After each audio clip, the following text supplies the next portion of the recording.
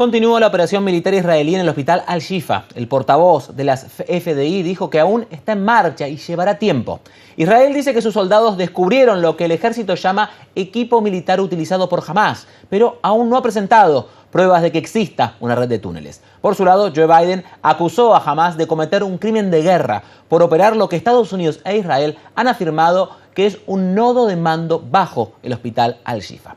Tomamos inmediatamente contacto con José Levi desde Jerusalén. José, gracias por estar con nosotros. Adelante.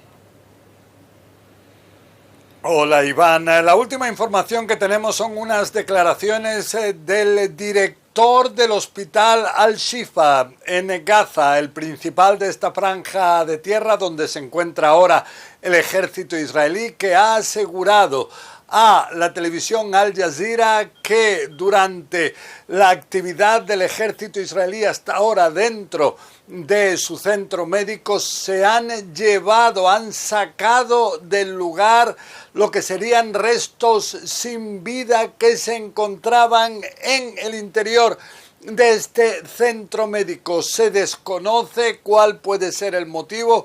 Hay especulaciones de que quizás los israelíes pueden pensar que se trata de algunos de los rehenes secuestrados por Hamas que se encontrarían sin vida. Pero en cualquier caso, todo esto, cuando continúa esta operación militar, hasta ahora los israelíes destacan que no ha habido ningún enfrentamiento violento durante los casi 2 días ya que se prolonga estas pesquisas, esta redada israelí dentro del hospital Al-Shifa.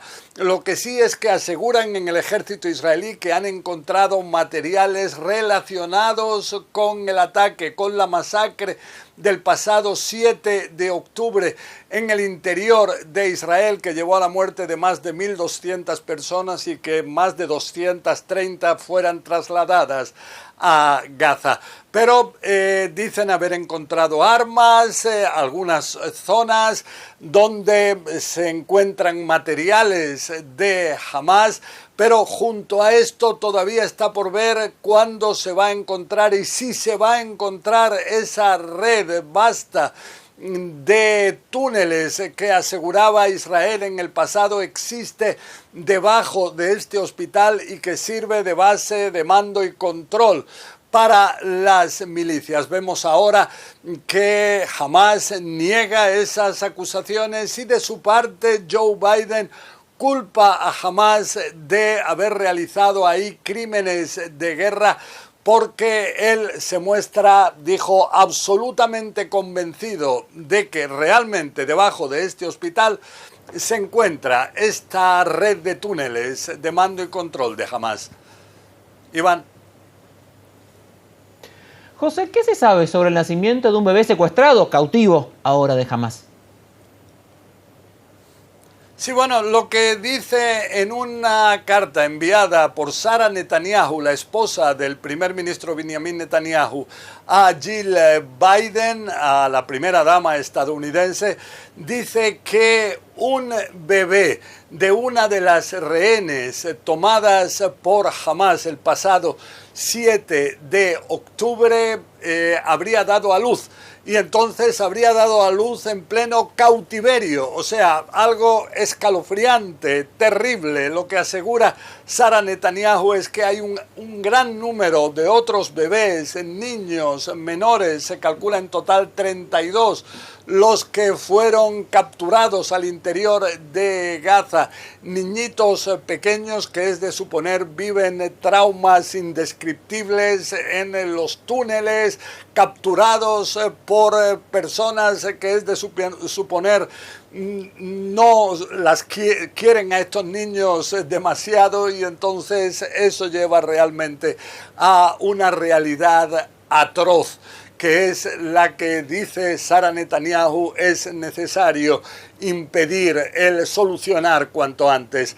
Junto a esto es de señalar que se habla de negociaciones todo el tiempo entre las partes mediadas por Qatar, por Egipto, por Estados Unidos, pero hasta ahora no hay ningún resultado concreto. Follow me behind the MRI machine. I'll show you what our troops exposed just minutes ago.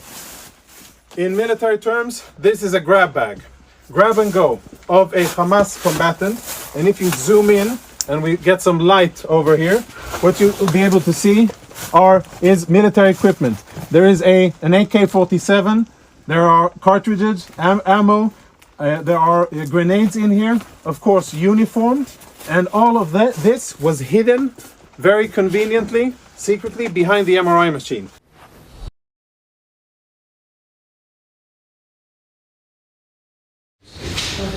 In a command center in Cairo, Egyptian authorities working against the clock. زي ما هو انا لسه ما اتبلغتش باي حاجه اللي اتبلغت بيه ان لسه الحالات موجوده في المستشفيات ولسه ما اتسحبتش في اتجاه منفذ رفح. Egypt's health minister on call to receive some of the most vulnerable patients. He's expecting over 30 neonatal babies to enter Egypt. New to the world, but caught in the crossfire as the IDF begins its raid inside Al-Shifa hospital. Time is important, and every single minute that we're not getting them in, the incidence or the chances of losing their life is very high.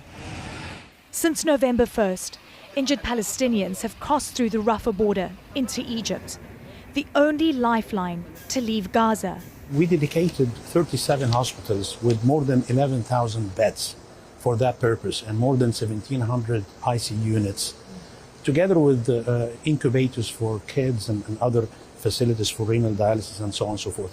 Would you say that the number of injured Palestinians that are in Egypt right now are in the hundreds? Approaching more than 200. In an exclusive, Minister Ghaffar takes us to visit patients. This is the champ. This is Abdurrahman. Here at the Nasser Medical Institute in Cairo, finally safe but haunted by what brought them here.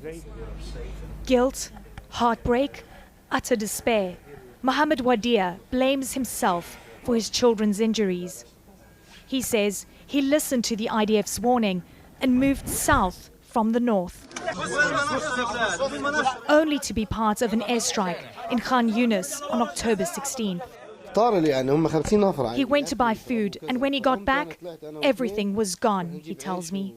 His son, Abdul Rahman, just 9 years old, and fighting through 7 war injuries. His 14-year-old sister beside him. Both had shrapnel in their tiny bodies and broken bones. For me, I'm an orthopedic consultant, orthopedic surgery consultant, and other team is plastic. They say no physical wounds can compare to the mental scars. Can you imagine a child? You have a child, he's scared. He should be scared from a cat, a dog, a dog. So when you find that scared from losing his family, it's really shocking. Did you get a warning? Did someone phone you to say to evacuate? He tells me no warning. On his knowledge of Hamas in his building, he says no. We meet the next family, and they recall this strike. 2 p.m., 31st of October, Jabalia camp. Al-Had Magid was praying when her husband Rami Mahmoud went out to get food. And when he returned, his house gone. He found Elham by seeing one finger sticking out from the rubble. She survived, but 2 of her children did not. Her 15-year-old daughter called a friend before she died, predicting something would happen to her. Rami shows me a video of his son. He got a haircut 3 days before the strike. They tell me he wanted to look good if he died. For all the survivors we met, one wish binds them all: to return home to Gaza. Eleni Jakos, CNN, Cairo. Ukrainian President Volodymyr Zelensky says continued support from NATO and the U.S. is crucial as more attention turns to the Israel-Hamas war. I think that the next year, with the challenges, because this is the year of your elections, now again we see the critical situation in the Middle East. So I think your help is very important for the next year, and that is crucial. And joining us now is James Nixey, the head of the Russia and Eurasia program at Chatham House. Thanks so much for being here with us. So the Biden administration says essentially that supporting Ukraine and Israel is not a zero-sum game. The U.S. can do both at the same time without costing support for the other. Is that true, do you think?